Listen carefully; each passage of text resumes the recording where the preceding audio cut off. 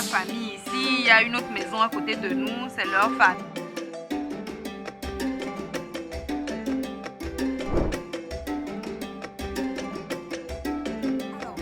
Elsa Badjoum Bena.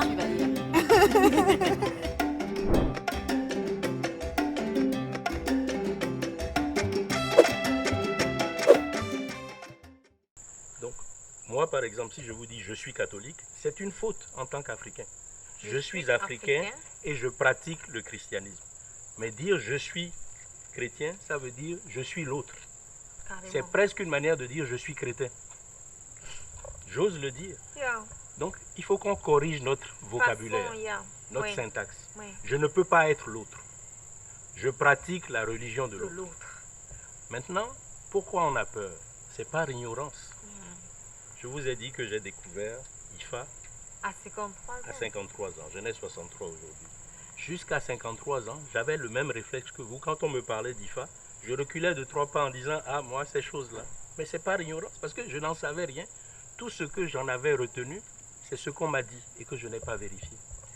C'est ce qu'on t'a dit. Oui. Pourquoi fonder son opinion sur ce qu'on a dit et ce que vous n'avez pas vous-même expérimenté? Donc, première chose, l'ignorance. Faire l'effort, comme je l'ai dit à ce cadre togolais, de connaître un peu son héritage. Et moi, aujourd'hui, je n'ai absolument pas peur. Et c'est parce que j'ai abordé les érudits dans cette science-là avec humilité et respect, qui se sont ouverts à ma curiosité et qui m'ont beaucoup instruit. Et je me fais un devoir de le partager, notamment à travers ce livre. Ouais. Donc, faisons l'effort de sortir de l'ignorance déjà. Parce que nous sommes ignorants de nous-mêmes. Oui. C'est extraordinaire. L'Africain francophone, sur la Terre, c'est le seul être qui ne se connaît pas, mais qui est le porte-bagage de la culture des autres, de la croyance des autres, et qui est consommateur des produits des autres. Donc, il faut changer de paradigme. C'est une nouvelle forme d'esclavage, mais très subtile. Les chaînes de l'esclavage ont quitté nos chevilles et nos poignets pour remonter dans nos cerveaux. Donc moi, je suis décidé à, j'utilise un mot violent, péter ces cadenas-là. Parce que ça nous enchaîne mentalement, ça nous inhibe, ça nous étouffe et ça fait de nous de vulgaires consommateurs. Donc, si on veut se développer, on a raté on a pris l'autoroute du développement à contresens, en singeant les autres, en adoptant leur culture, leur religion. Faisons l'effort avec curiosité, humilité et respect de découvrir les trésors que nos ancêtres nous ont légués. Et vous allez découvrir des choses plus extraordinaires que ce que je viens de partager avec vous. L'octet, ça vient de chez nous.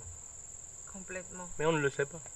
Donc je suis heureux que vous me donniez l'opportunité de partager avec vos téléspectateurs cette vérité et cette évidence que le binaire vient d'Afrique.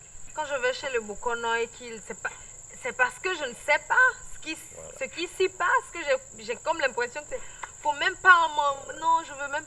Et pourtant c'est des instruments, c'est des outils qu'il utilise. C'est hautement scientifique, c'est hautement éthique, c'est hautement philosophique.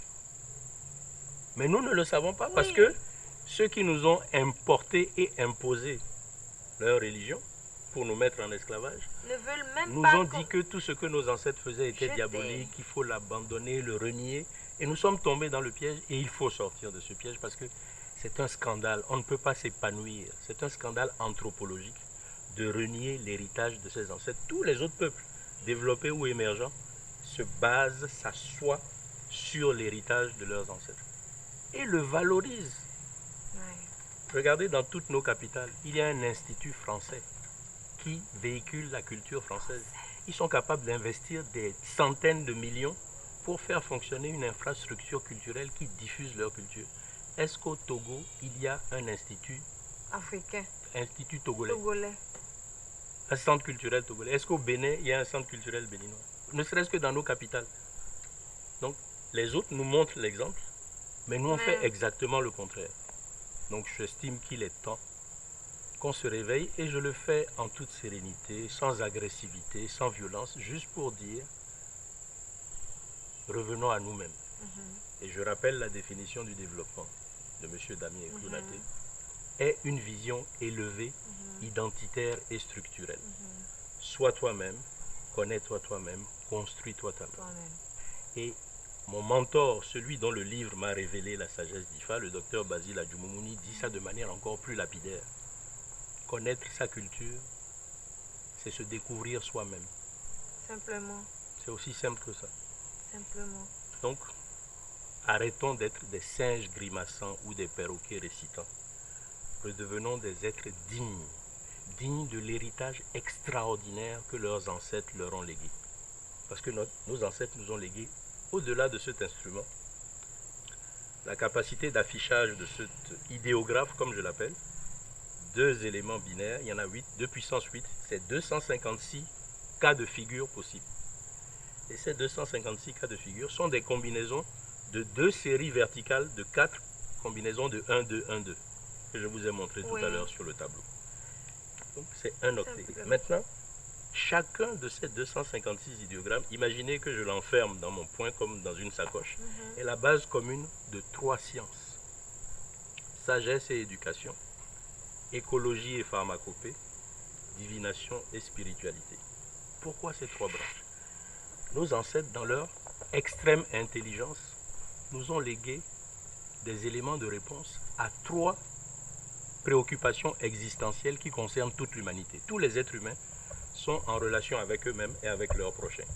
Je dialogue avec vous depuis quelque temps et ça va être partagé par d'autres êtres humains. Donc nous sommes en relation avec nous-mêmes et avec notre prochain. Pour répondre à cette problématique de la relation de l'homme à lui-même et à son prochain, nos ancêtres ont mis en place l'éthique de la relation de l'homme à lui-même et son prochain, c'est sagesse et éducation. Donc c'est la première branche. La deuxième branche, écologie et pharmacopée. L'homme est en relation avec un cadre de vie, un environnement, la nature.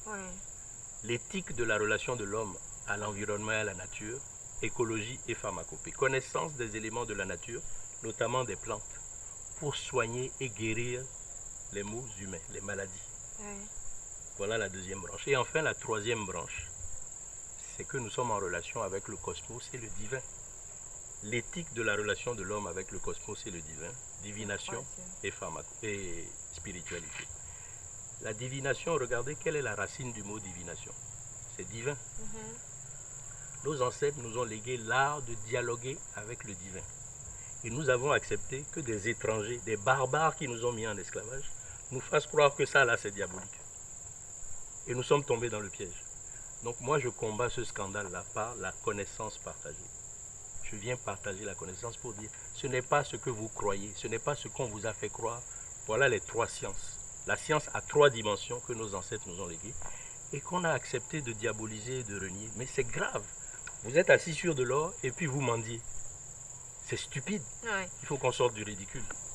Aussi simplement, je me rappelle de la réponse que vous avez donnée à ce monsieur bien habillé qui se plaignait ou qui se demandait pourquoi irait-il risquer de donner son argent pour être escroqué par des charlatans. Moi, je reviens à cette question-là en demandant qu'est-ce que vous direz à quelqu'un, j'ai pas envie de dire à moi, parce que je suis en train d'aller, c'est vrai, même si le monsieur va penser que je ne dis pas la vérité complètement, je suis en train d'aller, de découvrir. Qu'est-ce que vous direz à quelqu'un qui veut connaître ces choses-là? Quelle route prendre? Parce qu'aujourd'hui, comme ce monsieur qui était inquiet, il y a de ces charlatans malheureusement, oui, qui peuvent, oui, je discute avec le divin, je connais les choses de nos ancêtres. Et pourtant, c'est pas vrai. Au fond, peut-être c'est pas vrai. Et tu te retrouves avec ces genres de personnes. Comment on va faire la différence entre quelqu'un qui dit vrai et quelqu'un qui dit pas vrai? Ou est-ce que seul je peux entamer cette discussion avec le divin sans passer par quelqu'un? Il faut d'énormes connaissances pour dialoguer de manière féconde avec le divin. Il y a des gens qui ont l'expertise. Malheureusement, notre ignorance est devenue le fonds de commerce des charlatans et des escrocs. Donc, si toi, Rayanat, tu vas sur le marché pour t'intéresser à ces choses-là, tu es vulnérable parce que tu es exposé. Si sur 20 de 20, il y a 2 vrais, 18 faux, tu es vulnérable aux 18 faux qui vont t'escroquer. Exact. Moi, je ne suis pas vulnérable parce que je me suis instruit. Donc, ce que je recommande, c'est prendre le temps de s'instruire d'abord, connaître le b.a.-ba. Ce qui fait que si vous arrivez chez un devin, que vous êtes un peu entraîné à lire le chapelet, qu'il lance le chapelet et que c'est la configuration 2-7 qui apparaît et qui vous dit que c'est 12-4, Vous savez que... vous savez tout de suite que c'est un menteur. Parce que vous avez les clés. Donc, il faut s'instruire un peu, avoir les bases. Donc, élever le niveau de connaissance. Oui.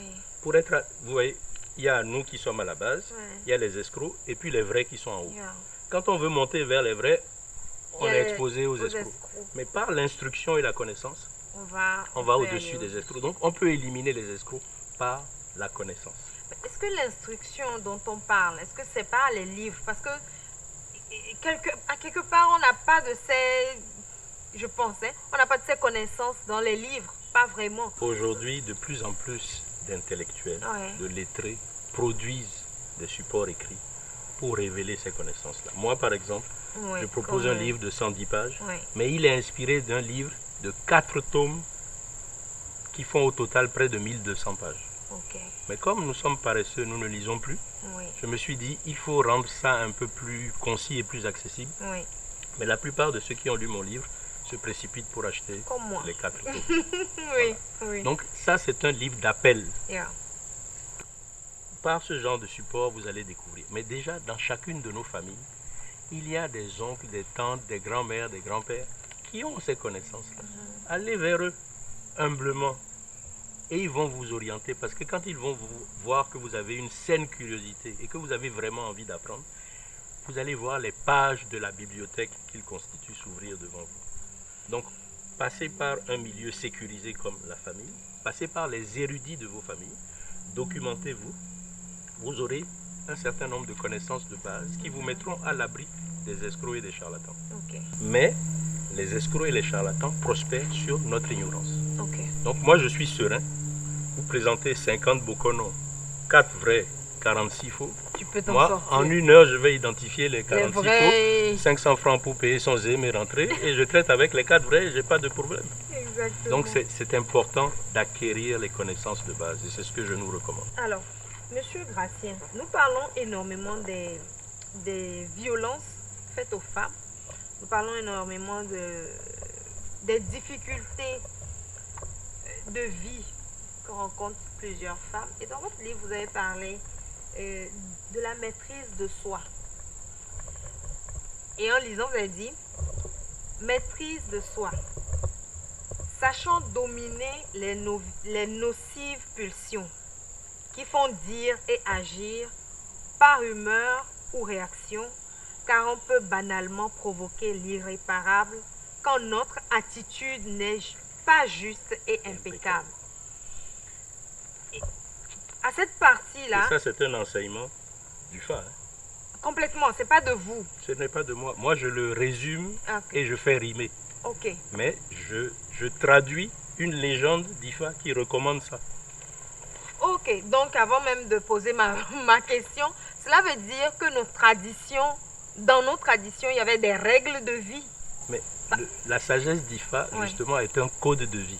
Ok. Et le livre du docteur Basile Adjoumouni, dont je me suis inspiré, Oui. s'intitule, écoutez bien, Le code de vie du primitif, Primitif. sagesse africaine selon IFA. Ouais. Il y a un peu d'ironie dans le titre. Ouais. Pourquoi code de vie du primitif? Les Occidentaux nous ont traités de primitifs, de race inférieure, raison pour laquelle ils sont venus soi-disant nous civiliser. Oui. Mais il leur montre que nous avons un code de De vie vie.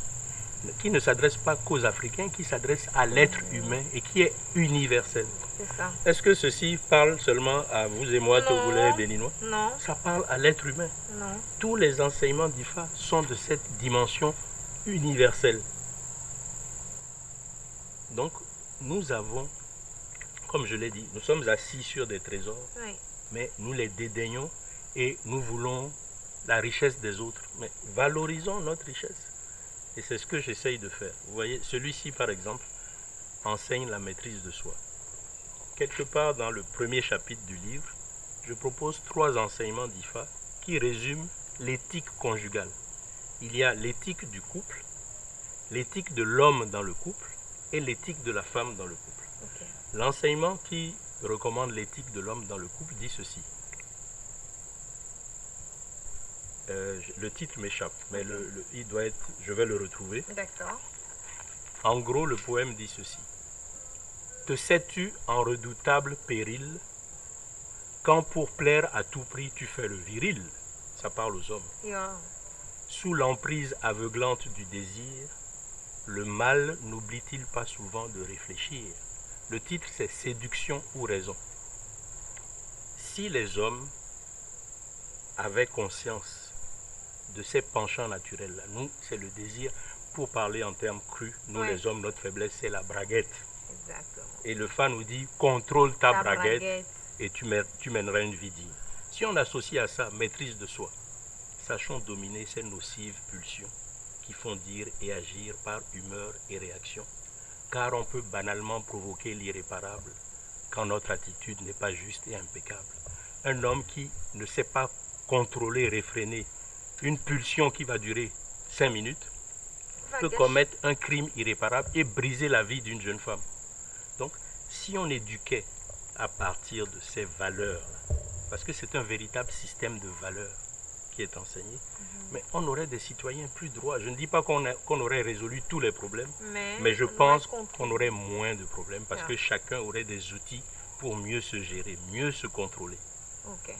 Dites-moi, Monsieur Garcin, IFA, c'est pour les gens du Sud, c'est pour tout le monde. Moi, je suis thème, par exemple. Est-ce que il y a IFA des thèmes, IFA des Naoda, IFA des...